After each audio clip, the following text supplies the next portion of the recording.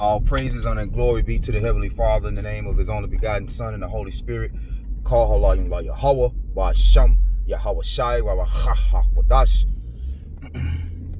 A double honors to the apostles, bishops, and elders at Great Millstone. Peace and salutations to the hopeful elect. Shalom to the believers that subscribe and listen to this truth wholeheartedly through the spirit and power of Yahweh, Ba'asham, Yahweh Shai. All right, this is the brother Tazamak coming at you with another somewhat of an in-transit lesson, but today I got a treat. All right, and this is what we look forward to. This is the vision that was for an appointed time. It's the fall of the wicked Esau Edom, and we're watching it crumble right before our eyes. We're watching this age of wickedness dissolve right before our eyes via prophecy, okay?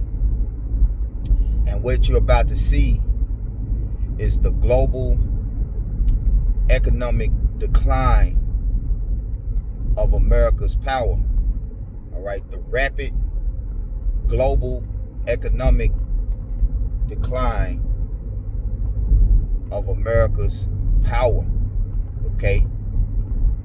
Come down and sit in the dust. The book of Isaiah 47:1. Come down and sit in the dust, O virgin daughter of Babylon. Sit on the ground, there is no throne, O daughter of the Chaldeans. For thou shalt no more be called tender and delicate.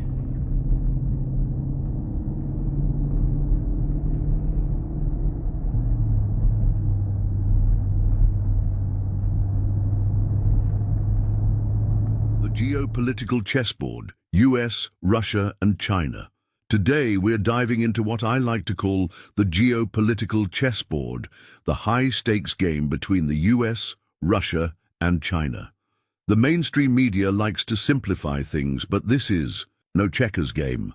We're talking 3D chess with nuclear pawns and financial bishops. The US is trying to hold on to its status as the global king, but make no mistake, the board is shifting. The rise of a multipolar world is no longer a theory, it's a reality. So let's break down what's really happening behind the scenes. So, why the sudden talk about ending the war in Ukraine and focusing on Asia? Simple.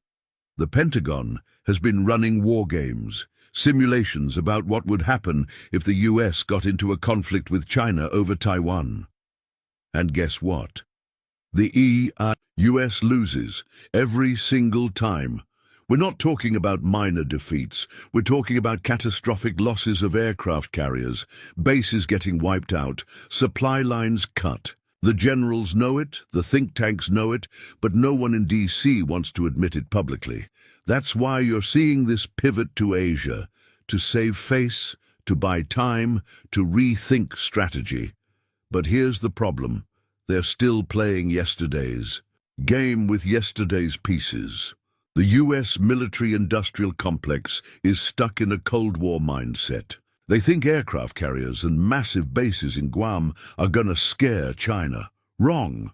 China has hypersonic missiles that can sink those carriers faster than a CNN news alert.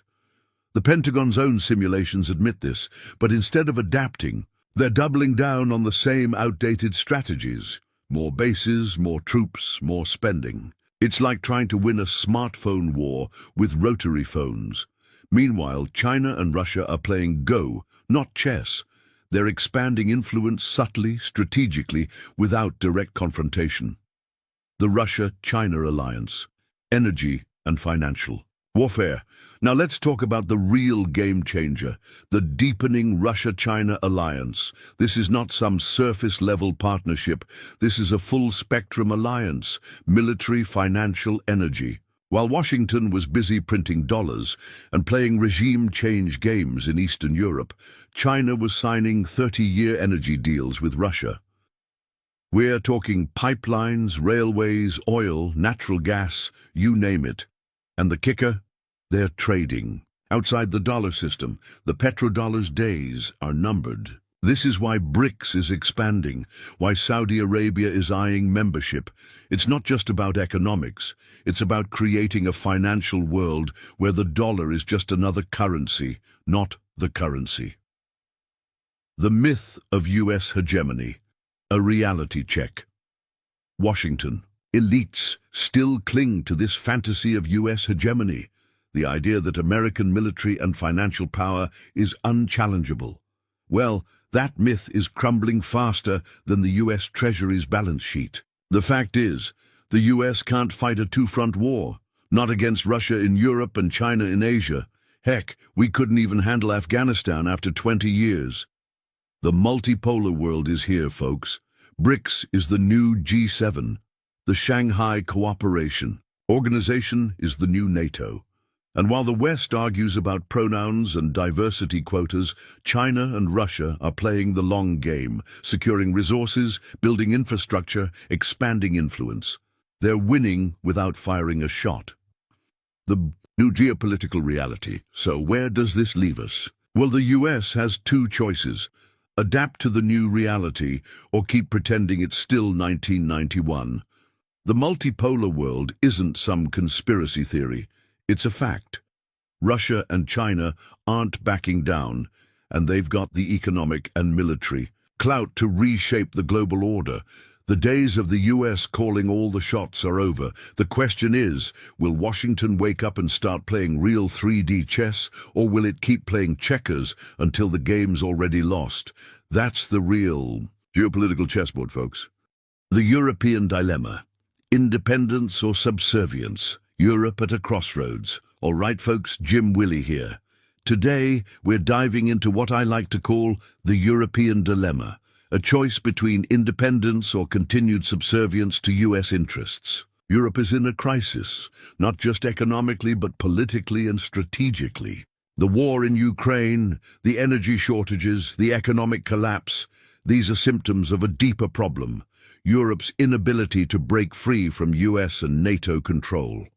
The question is, can Europe muster the political will to chart its own path, or will it continue being Washington's lapdog? Let's break it down. Germany's energy suicide, a manufactured crisis. Let's start with Germany, the supposed economic powerhouse of Europe. They've essentially committed economic suicide by cutting off Russian energy. The Nord Stream pipelines were their lifeline, delivering affordable gas to power their industries. But under US pressure, they sanctioned their own energy supply, and now they're paying 4, 5, 6 times more for US LNG. Their auto industry is collapsing. Energy-intensive industries are either shutting down or relocating to Asia and the US. The irony? The US is benefiting directly, selling overpriced LNG to Europe while using Ukraine as a battering ram against Russia. This isn't about defending democracy, it's about economic warfare. The myth of European unity, rising anti-war sentiment. Now, the mainstream media loves to talk about European unity, but look beneath the surface and it's a house of cards. In Germany, the Alternative for Germany, AfD party, is surging in the polls. And not because they're far right, but because they're anti-war. They want to end sanctions on Russia, restore energy trade, and focus on domestic prosperity. The same goes for Hungary with Orban and even parts of Eastern Europe. Ordinary Europeans are fed up with high energy prices, inflation, and a proxy war that has nothing to do with their interests. The anti-war sentiment is rising, and if elections were actually free and fair, you'd see a political earthquake. France and the illusion of independence. Let's talk about France for a second. Macron loves to talk big about European independence, but when push comes to shove, he falls in line with Washington every time. Remember when he visited Beijing, talking about Europe needing to distance itself from US-China tensions? Well, he came back and signed off on more arms for Ukraine, more sanctions on Russia, and more NATO spending. His strategic autonomy speech was just for show, a performance for domestic audiences. The reality is, the French economy is crumbling. under energy shortages and inflation, and Macron's approval ratings are in the gutter. His talks of independence are a joke when he's still following Washington's script. The EU's subservience, NATO's Trojan horse. The European Union has become a bureaucratic puppet of Washington. Look at Ursula von der Leyen, the EU Commission. President, she takes her orders straight from the State Department. When Biden says jump, the EU asks how high. The US wants to expand NATO, drag Sweden and Finland in, station more troops in Eastern Europe, and keep the war in Ukraine burning. Why? Because a divided, dependent Europe suits US interests. The EU's sanctions on Russia have hurt Europe far more than they've hurt Moscow. Russian energy exports to Asia have soared, the ruble's stable, and meanwhile Germany and France are rationing energy and dealing with street protests. The path forward for Europe. So what's the way out for Europe? Well, it's simple, but not easy. First, they need to end the sanctions, restore energy trade with Russia, and stop being America's front line in a war they can't win. Second, they need to rethink NATO, either leave it or force a total overhaul. Third, they need to rebuild their manufacturing and industrial base without relying on overpriced US energy. If they don't do these things, they're finished as an economic power. The choice is clear: independence and prosperity, or subservience and decline. That's the European dilemma. De-dollarization and BRICS expansion. The end of dollar dominance? All right, folks, Jim Willie here. Today, we're getting into what I believe is one of the most critical shifts happening in the global financial system. The move away from the US dollar as the world's reserve currency. For decades, the petrodollar system has underpinned US economic dominance, but that system is now under assault, not just from adversaries, but from supposed allies too. BRICS nations. That's Brazil. Russia, India, China, and South Africa are leading the charge to create a new financial order. They're not just talking about de-dollarization, they're doing it. So let's break down how and why this is happening. BRICS expansion. Building an alternative financial system. Let's start with the expansion of BRICS. This is not just 5 countries anymore.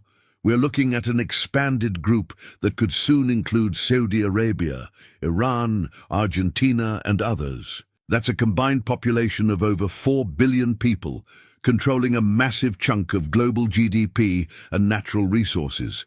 These countries are tired of being bullied by US sanctions and dictated to by the IMF and World Bank, so they're building their own financial infrastructure. BRICS Pay, a SWIFT alternative, and even discussions about a commodity-backed BRICS currency. This isn't some conspiracy theory. This is happening right now. The role of Russia and China. Financial warfare. Against the dollar, Russia and China are the spearheads of this movement. Russia's response to US sanctions was brilliant. They pegged the ruble to gold temporarily, forced energy buyers to pay in rubles or gold, and pivoted their exports to Asia. As for China, they're rapidly internationalizing the yuan. The Belt and Road Initiative is about more than just infrastructure. It's a financial architecture. China's making bilateral trade deals settled in yuan with over 60 countries. And here's the kicker.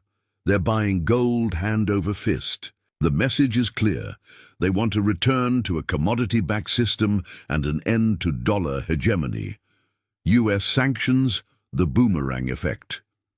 The irony of this whole situation is that US sanctions, meant to isolate Russia and China, have backfired spectacularly.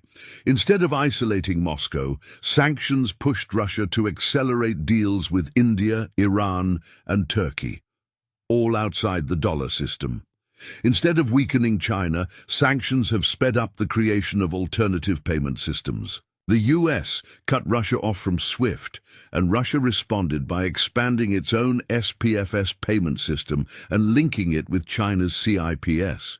Meanwhile, Washington keeps printing dollars like there's no tomorrow, causing inflation to spike and driving more countries to dump US treasuries. The petrodollar's slow death, Saudi Arabia's pivot. Now let's talk about the big one, the petrodollar. The whole US financial empire is built on one thing: oil transactions being settled in dollars. That's why Nixon struck the petrodollar deal with Saudi Arabia in 1974. But guess what? That deal is coming apart. Saudi Arabia has already agreed to sell oil to China in yuan. They've joined the Shanghai Cooperation Organization as a dialogue partner and are in talks to join BRICS. If Saudi Arabia joins BRICS and starts pricing oil in yuan or a new BRICS currency, it's game over for the petrodollar.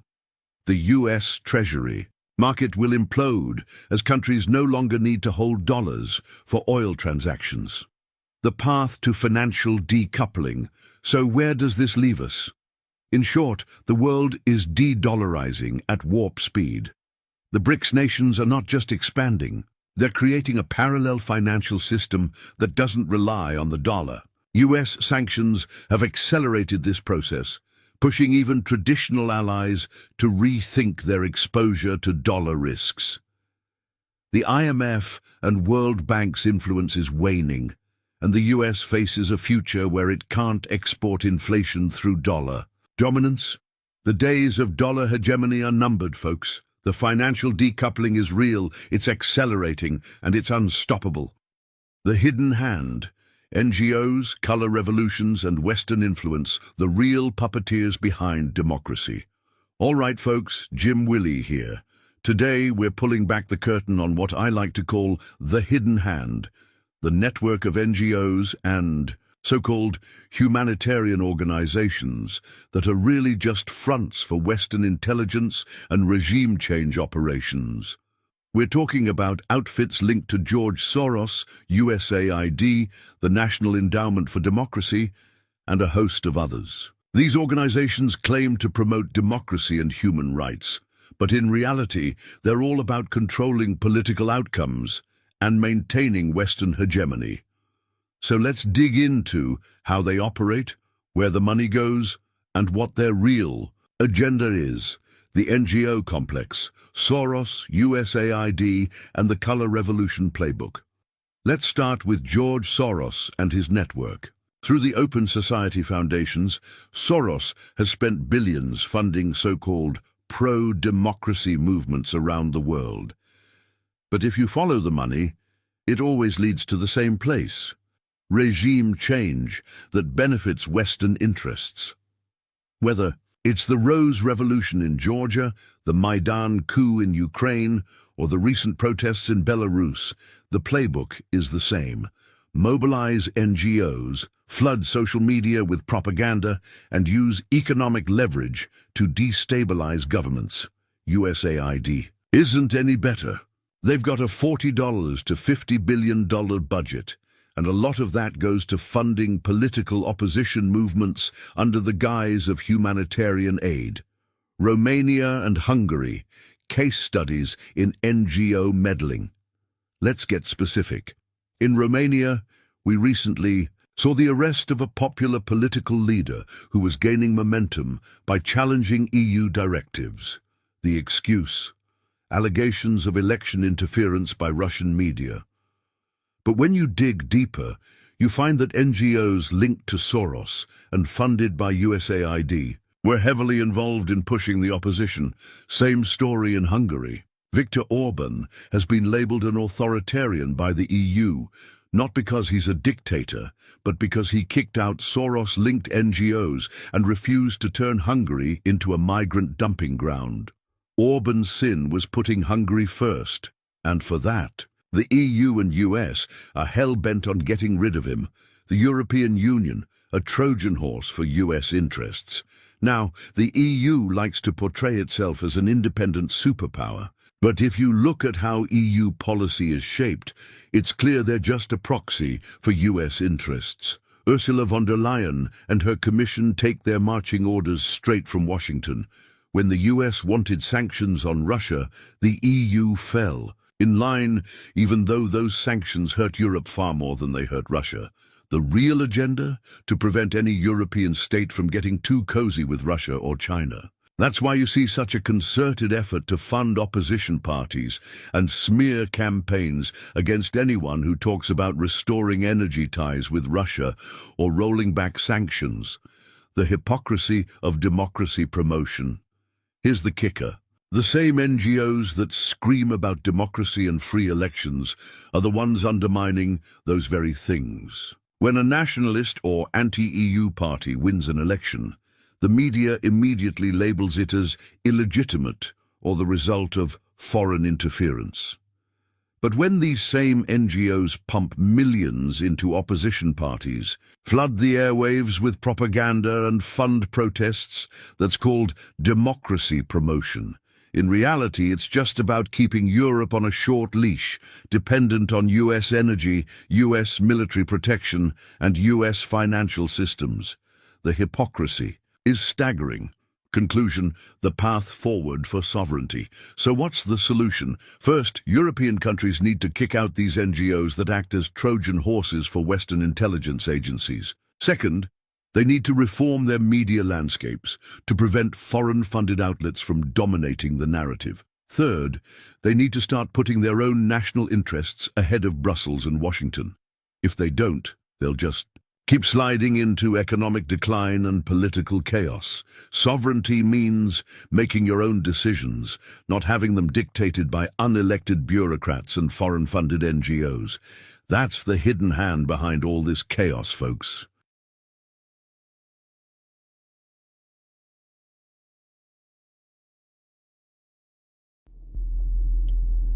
This is the hidden hand behind all the chaos, folks.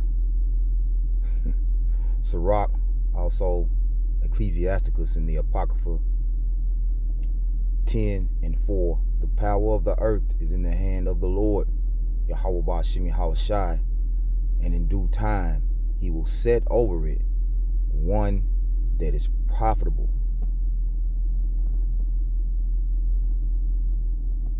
In the hand of Yahweh Ba'Shem Yahushai power is the prosperity of man, and upon the person of the scribe shall he lay his honor.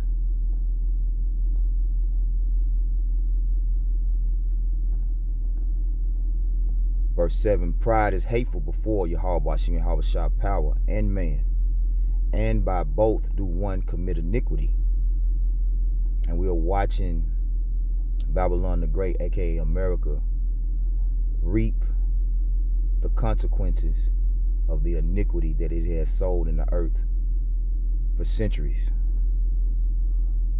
And what will be the end of them? Because of unrighteous dealings, injuries, and riches got by deceit, the kingdom is translated, meaning they're going to lose that power completely, from one people to another.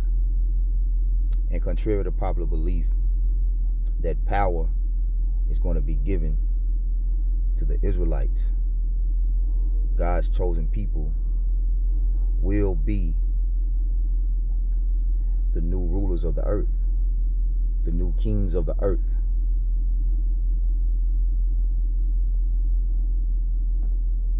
Isaiah 45, verse 17.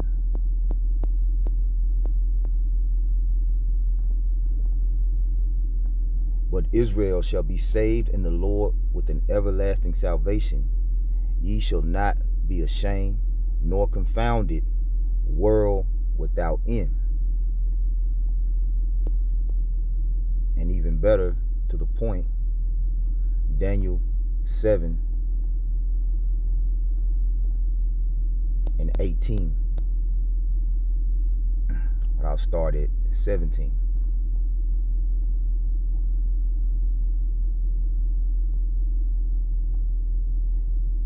These great beasts which are four kings which shall arise out of the earth.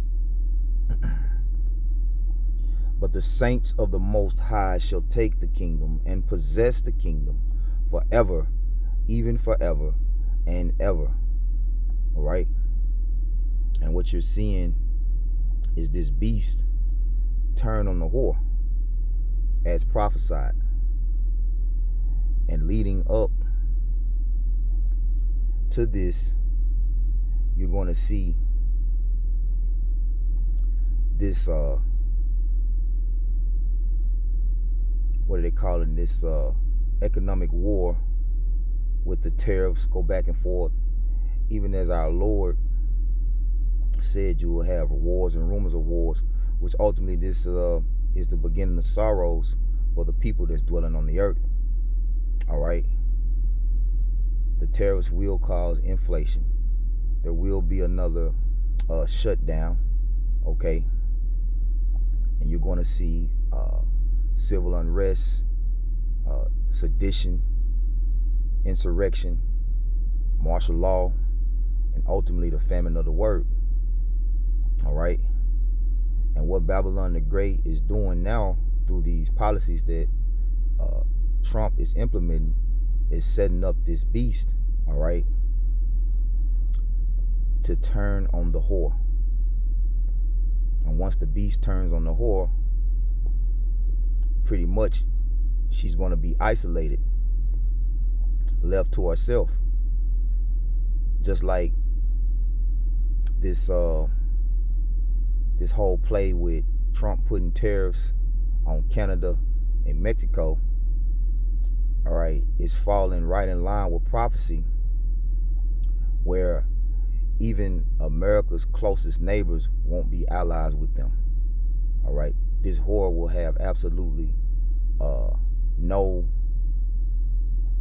support. Okay, and that's prophesied. I'm gonna get that and then we'll end it out. So this is Revelation 17:16, and we're going to get it also in the AMP, right? It says, and the 10 horns which thou sawest, okay, which is the EU, right, upon the beast, these shall hate the whore, and shall make her desolate and naked, and shall eat her flesh, and burn her with fire. AMP.